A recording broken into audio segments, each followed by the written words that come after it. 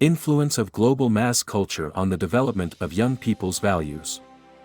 Have you ever wondered why many youths today are falling victim to various societal pressures and trends that prioritize conformity over individual self-determination, analytical reasoning, and personal growth? In this global village that we are in, global mass culture is the silent architect molding the dreams and realities of today's youth. A bitter reality to assimilate, but this is one of the risks that youths are facing today, blocking their access to acquiring individual values and critical thinking.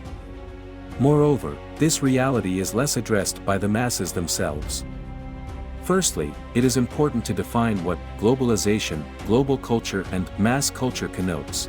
Then we will look into the merits and the demerits of the concepts and the influence of global mass culture on the value of the young people and conclude with recommendations. Globalization, global culture, and mass culture. Although they seem to have similar or the same meanings, there are notable differences between these concepts to the successful understanding of the topic on our table. Globalization is a collection of processes that are said to be unifying the world and increasing the interdependence and connectivity of all peoples, cultures, and nations. Therefore, globalization is a phenomenon that can be said to have shaped the world we live in today in numerous ways. The benefits that have come with globalization include internetworking, communication, easy transportation, facilitation of business across borders, economic growth, and so on. Global culture, on the other hand, is a concept that entails two different words, global and culture. Looking at the meaning given to these two words and their complicated and complex nature, we might literally define global culture as a whole way of life of the people living in the world and their shared cultural works that are produced and commonly consumed by rarely everyone.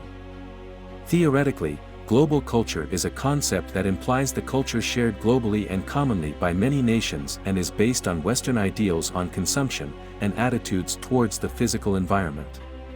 Hollywood movies, fast food chains, and pop music are a few instances of material global culture that has permeated every part of the globe.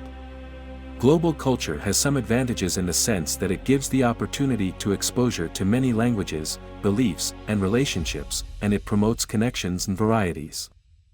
Those who are marginalized and underprivileged may find opportunities as global culture develops. To say in short, global culture has spread to the world today through globalization. In this context, we can understand that these two concepts are intertwined. Mass culture may be summed up as a collection of cultural myths, pictures, and/or models that are disseminated via all media and are associated with consumerism and conformism. Mass culture plays a significant role in shaping public opinion, social norms, and trends within a specific society, most especially among youths. One of the main effects of postmodernity is mass culture. People typically have similar habits, consume similar foods, dress similarly, listen to similar music, and uphold similar morals and laws. Accordingly, global culture items that transcend national boundaries are therefore born. The mass media plays the most significant role in the transmission of mass culture in our global village. It's crucial to acknowledge that, despite their apparent overlap and influence, mass culture is limited to a single country or civilization, whereas global culture is shared by people all over the world. Therefore, global mass culture, as our topic depicts, is a notion that combines aspects of global and mass culture, which simply means mass-produced and extensively distributed cultural activities and goods on a worldwide basis. Merits and demerits.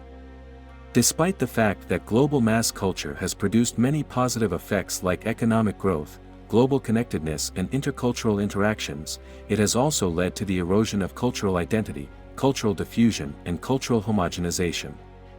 Local cultural identities are being lost as a result of the disembedding of social links brought about by globalization. They contend that individuals start to identify more with global culture than with local culture as they grow increasingly networked. The globalization of the market has made it easier for Western cultural norms to spread, resulting in the emergence of a single global culture known as a homogeneous culture. Local cultures have suffered as a result of this difficult competition and have been neglected. This homogeneous cultural nature of this global village has led to what is known as cultural hegemony, leading the youths to behave, live and think as the West does. Therefore, the big question of whether global mass culture is causing cultural homogenization or cultural heterogenization can be answered by looking from this lens. Global mass culture and youth values. It is hard to argue that there isn't any relationship that exists between the global mass culture and the values of today's youth. The information society and globalization drive the evolution of modern culture, with youths regularly absorbing new norms and ideals. Globalization of the media and social transformation hasten the integration of cultures, leading to the general adoption of mass culture, which is referred to as popular culture. This gives rise to a new and different cultural identity, particularly for young people, which causes risks for their self and personal development. However, it is not ideal to totally generalize the youth population as victims of this problem. There have been critics of globalization and global mass culture arising from conscious youths all over the world. It is pointed out that global culture is responsible for the exploitation of natural resources and consumerism, which causes pollution, deforestation, global warming, and biodiversity loss. Additionally, it takes advantage of laborers in developing nations with poor salaries, unstable working conditions, and no union representation.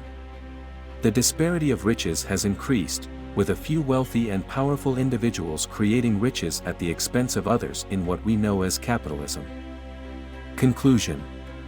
The war against cultural hegemony, the negative side of global mass culture, or popular culture that is affecting individual self-determination, society, and the development of local cultures must be supported by the government of each nation. Initiatives must be taken by educational institutes and organizations to keep the youth conscious of the risk that is ahead of them by making them embrace their culture and values and not falling victim to the negativities stemming from the global mass culture.